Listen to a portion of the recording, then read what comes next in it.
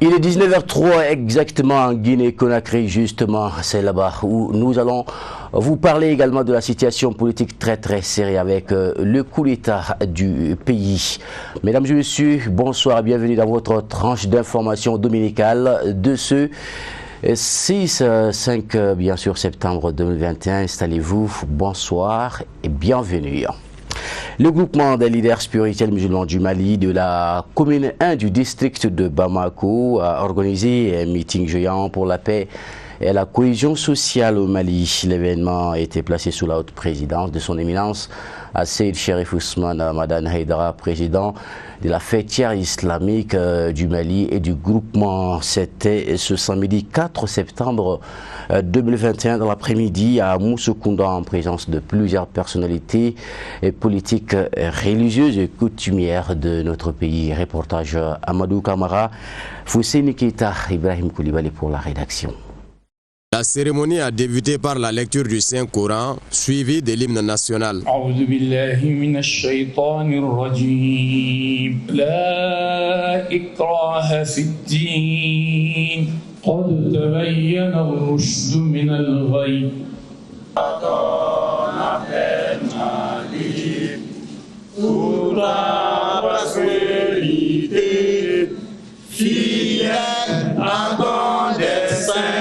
Le coordinateur des chefs de quartier de la commune 1 du district de Bamako et le président du RECOTRAD ont, dans leur intervention respective, salué et félicité le groupement local des leaders spirituels musulmans du Mali de la commune pour avoir initié une telle cérémonie. C'est avec une fierté que je prends la parole ce soir au cours de ce meeting organisé par le bureau de la commune 1 du groupement des leaders religieux et spirituels du Mali, sous la haute présidence de Cherif Madane Ousmane Haïdara, président du bureau exécutif.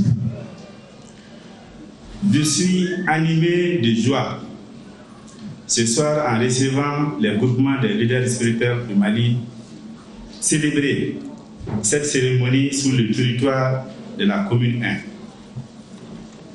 C'est une insigne considération de respect et surtout d'engagement venant d'une structure fiatière de ce genre qui décide de faire face aux défis du moment qui sont l'insécurité, l'instrumentalisation des régions musulmanes, le détriment du patrimoine d'un islam authentique et pacifié.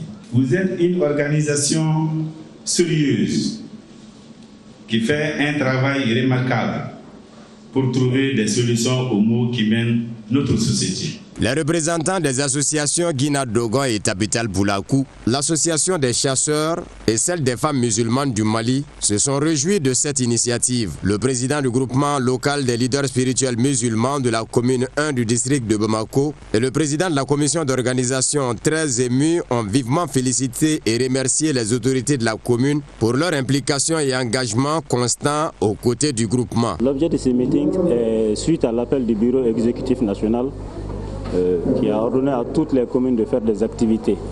Il y a 2 semaines, nous avons quitté la commune 6 pour leur activité qui était une séance de bénédiction pour le retour de la paix au Mali. Et aujourd'hui, nous avons décidé d'organiser un grand meeting pour la paix et la cohésion sociale au Mali. C'est pour cela que nous sommes là aujourd'hui. Le message que j'ai à véhiculer est toujours le message de paix que notre président, le président Cherif Ousmane Madane Haïdara nous a enseigné. Et il nous a enseigné toujours d'éteindre le feu, de ne pas être à l'origine des feux, des incendies. Il nous a enseigné de les éteindre toujours avec notre sachet d'eau. Et c'est ce message-là que je lance encore à la communauté musulmane, à la population du Mali, à être des bâtisseurs de paix. Parce que sans la paix, le développement du pays est bloqué. Au cours de cette cérémonie, le trophée de la paix, de l'entente et de la cohésion sociale a été remis à Seyd Cherif Ousmane Madane Haïdara, président du Haut Conseil islamique du groupement des leaders spirituels musulmans du Mali et guide spirituel des Ansar, engagé pour une paix durable au Mali. L'ancien ministre Hussein Amion Guindo s'est dit très honoré de prendre part à cette rencontre organisée par le GLSM. Alhamdulillah, nous sommes très contents. L'ange Allah est très miséricordieux.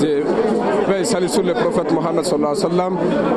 On a participé aujourd'hui à la conférence des communes 1, le groupement des communes 1. Bon, c'était basé sur la paix, parce que c'est le groupement, ça c'est l'islam qui ramène la paix chez nous, parce que ça c'est un rassemblement tous les musulmans dans le même voie.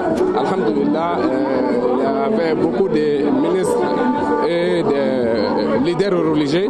Alhamdulillah, c'est bien passé. Prenant la parole, le ministre des Affaires religieuses, du culte et des coutumes a, au nom du gouvernement, félicité le guide spirituel des Ansar pour son patriotisme. Rappelons que ce meeting géant a tenu toutes ses promesses en termes de mobilisation.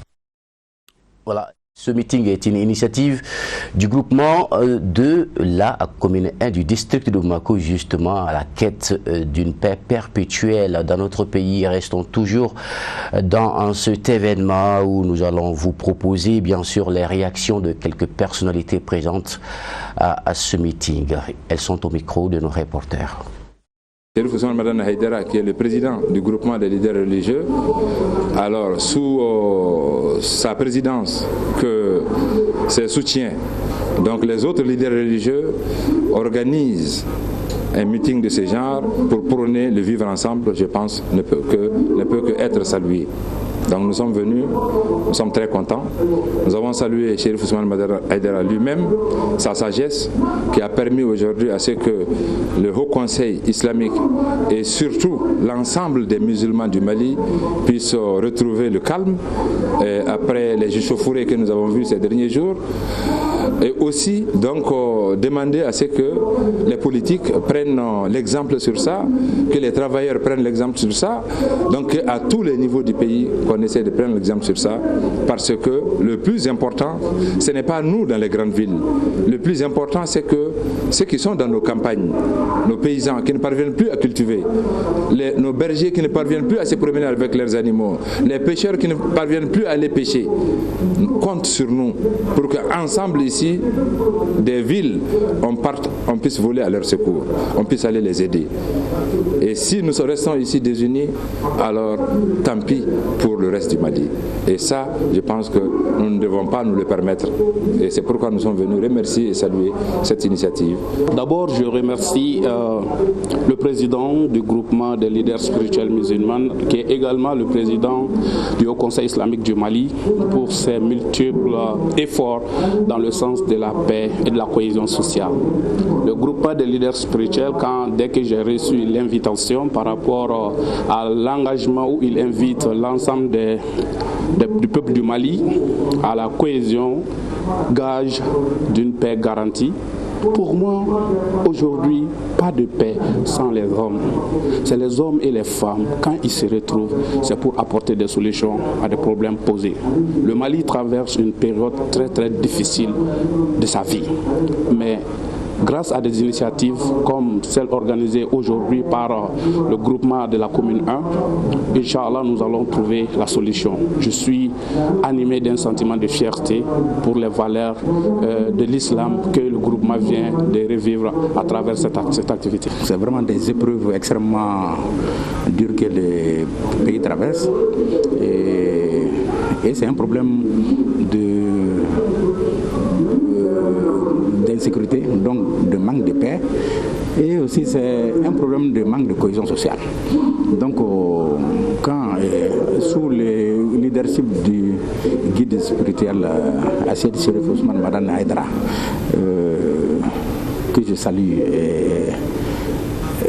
beaucoup au passage, si le groupement des leaders spirituels musulmans du Mali ont eu cette initiative noble d'organiser un meeting pour la paix et la cohésion sociale, c'est bienvenu.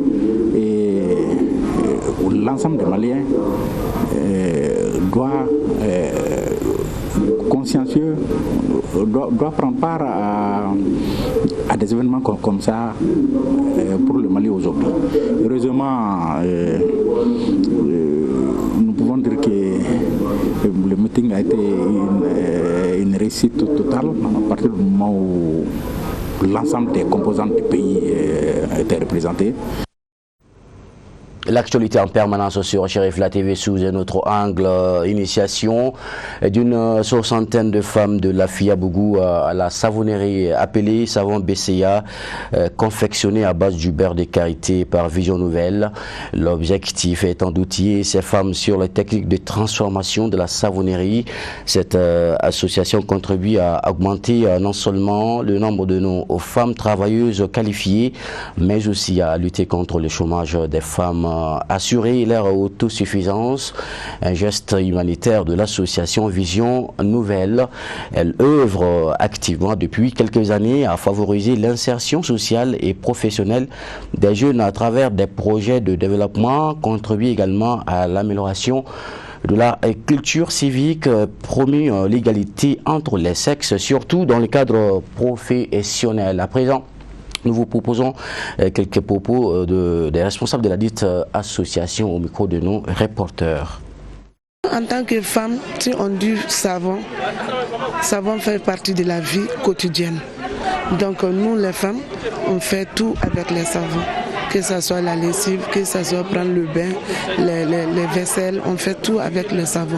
Si quelqu'un a pris l'initiative de nous former en savonnerie, c'est une très bonne chose pour nous, c'est une très bonne chose pour la société et pour la famille aussi. On va essayer d'exploiter ce qu'on a appris pour produire, pour vendre et pour le quotidien de la maison aussi. C'est toujours dans le complément du centre. Parce que il a initié les centres, une façon de lutter contre la pauvreté. Qui veut lutter contre la pauvreté doit commencer d'abord par la famille. Parce que si madame est dans les petits moyens financiers, c'est très certainement c'est la famille qui est à l'aise. Donc nous avons compris dans le centre aujourd'hui, il y a les ateliers qui fonctionnent et aujourd'hui le lancement est là pour la confection des savons, des différentes catégories de savons. Aujourd'hui, c'est une façon de lutter contre la pauvreté qui continue. Les savons, certainement, vous le savez, continuent à constituer l'hygiène même de la famille. L'essence même de la vie humaine, c'est le savon. Au-delà de l'acte d'hygiène, ces femmes peuvent produire du savon, produire de l'argent avec, et pour prendre les petites dépenses de la famille. L'association malienne des diplômés d'Égypte a organisé une session de formation au profit des imams et prédicateurs du Mali. L'événement placé sous le haut parrainage du ministère des Affaires religieuses, du culte des coutumes a eu lieu le samedi 4 septembre 2021 au siège de l'ONG Al-Farouk Ossiz à l'ACI 2000 en commune 4 du district de Bamako. Le point avec Habibatou Konta, Abdoulaye Sogodougou. وما كان المؤمنون لينفروا كافة. C'est avec cette lecture des belles paroles issues du Saint-Coran qu'a débuté l'événement organisé à l'occasion de la formation des imams et prédicateurs du Mali. Ils sont une trentaine d'imams à être formés par les 23 personnes formées en Égypte. Les objectifs recherchés, donc nous sommes donc dans l'un de ces cadres. L'association vise donc à promouvoir les diplômés d'Égypte et ensuite à mener donc des actions humanitaires, à servir donc la religion musulmane. Bien avant tout, nous sommes des religieux. On a commencé nos études donc en religion dans les médersa et on est allé en Égypte donc pour approfondir nos études donc dans les différents domaines. Bien entendu sur la base de la religion. Ce qui fait que nous avons donc un grand rôle à jouer dans la religion. C'est ça qui nous a motivés donc à penser donc à telle initiative afin d'organiser donc ces genres donc de cérémonies, ces genres de formations à l'endroit donc de nos confrères imams et prédicateurs pour aider notre pays à sortir donc de cette crise qui se trouve actuellement.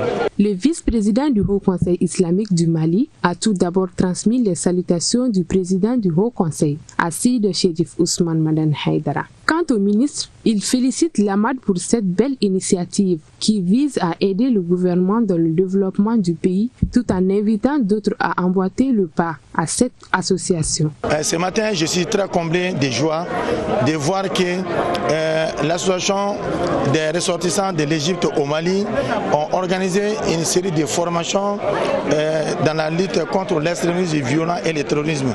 ils sont en train de former les imams et les prêcheurs du Mali dans cette conception.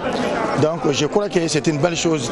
Dans le moment où le monde est troublé, dans le moment où chacun se cherche par rapport à ces fléaux et il se donne l'occasion de former des gens, je crois que c'est salutaire. La tolérance de l'islam, c'est le thème choisi pour cette première session de formation, à laquelle plusieurs personnalités ont pris part.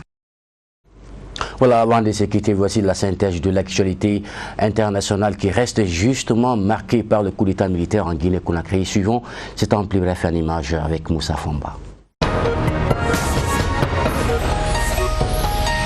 Le médiateur de la CEDEAO pour le Mali, Goodluck Jonathan, est en visite à Bamako. L'ancien président du Nigeria, médiateur dans la crise malienne pour l'organisation ouest-africaine depuis l'été 2020, était annoncé à la mi-journée ce dimanche 5 septembre. Lundi commencent les choses sérieuses avec des entretiens prévus avec le premier ministre Choguel Maïga, plusieurs membres du gouvernement, mais aussi avec la classe politique et la société civile. Ce n'est que mardi matin, au terme de sa visite, que le médiateur de la CEDEAO s'entretiendra avec le président de la transition, le colonel Assimi Goïta. Au cœur de cette visite, le respect des engagements pris par les autorités de transition. Le médiateur de la CEDEAO vient surveiller le processus politique de la transition et non les actions menées par la justice malienne, de sorte que les actions engagées contre les anciens ministres Soumeïdou Bouboué Maïga et Félix Sissoko, ou encore l'épisode de l'incarcération puis la libération du commandant de la Forsat dans le cadre de procédures contre la corruption et l'impunité, ne font officiellement pas partie du programme. Les forces spéciales guinéennes ont affirmé dimanche avoir capturé le président Alpha Condé et dissoudre les institutions dans une vidéo adressée à un correspondant de l'AFP, tandis que le ministre de la Défense disait avoir repoussé leur attaque contre la présidence. Aucune explication n'était disponible dans un premier temps sur les raisons de cet accès de tension sur la presqu'île de Kaloum, centre de Conakry où siège la présidence, les institutions et les bureaux d'affaires. Les autorités sont restées jusqu'alors silencieuses sur une situation très confuse. Des habitants joints au téléphone à Kaloum ont fait état de tirs soutenus. S'exprimant sous le couvert de l'anonymat pour leur sécurité, ils ont dit avoir vu de nombreux soldats intimant aux résidents de rentrer chez eux et de ne pas sortir. L'accès à la presqu'île de Kaloum est restreint du fait de sa géographie. Les forces de sécurité peuvent aisément la bloquer. Au Maroc, en Algérie et dans les autres pays du Maghreb, près de 250 intellectuels, membres de la société civile ou même simples citoyens signent une lettre ouverte pour appeler à la raison les dirigeants ainsi que l'opinion publique et pour mettre fin à l'escalade des tensions entre les deux pays. S'ils reconnaissent les nombreux litiges entre les deux États, les signataires rejettent l'idée d'une confrontation entre voisins. Fouad Abdelmoumni, économiste marocain et signataire de cet appel, reconnaît que la société civile du Maroc et de l'Algérie n'ont pas été à la hauteur, mais affirme que cet appel n'est qu'un premier pas et promet qu'elles vont se mobiliser. L'élément primordial selon lui est de casser cette symphonie qui se joue des deux côtés des frontières, dans laquelle chacun dénigre l'autre, dans laquelle chacun diabolise l'autre et dans laquelle chacun chauffe à blanc sa population dans la haine du voisin. Les talibans ont affirmé dimanche avoir gagné du terrain dans la vallée du Panchir, dernier bastion de résistance armée au nouveau maître de l'Afghanistan, où les conditions d'une guerre civile pourraient bientôt être réunies selon Washington. Selon l'ONG italienne Émergence, présente dans le Panchir, les forces talibanes ont atteint Annaba, un village situé à environ 25 km à l'intérieur de la vallée, longue de 115 km dans la nuit de vendredi à samedi. Le porte-parole du Front National de Résistance, Ali Maïsam Nazari, a quant à lui assuré depuis les États-Unis que la résistance n'échouerait jamais. Bastion anti-taliban de longue date, la zone que le légendaire commandant Ahmad Shah Massoud a contribué à rendre célèbre à la fin des années 90 avant d'être assassiné par Al-Qaïda en 2001 abrite aujourd'hui le Front National de Résistance. Amené par Ahmad Massoud, le fils du commandant Massoud, le FNR comprend des membres de milices locales ainsi que d'anciens membres des forces de sécurité afghanes qui sont arrivés dans la vallée lorsque le reste de l'Afghanistan est tombé. Voilà, avant de se quitter, selon les dernières informations, le président guinéen Alpha Condé a été évincé lors d'un coup d'État militaire. Il serait présentement aux mains des militaires. C'est tout pour l'essentiel de l'actualité de ce dimanche. Merci à vous de l'avoir suivi. Ne quittez pas d'un moment à l'autre pour suivre la version en langue nationale Bamanankan avec Samaïra Sanogo. Demain, je me ferai le plaisir d'être là pour vous présenter d'autres sessions d'information. À très vite.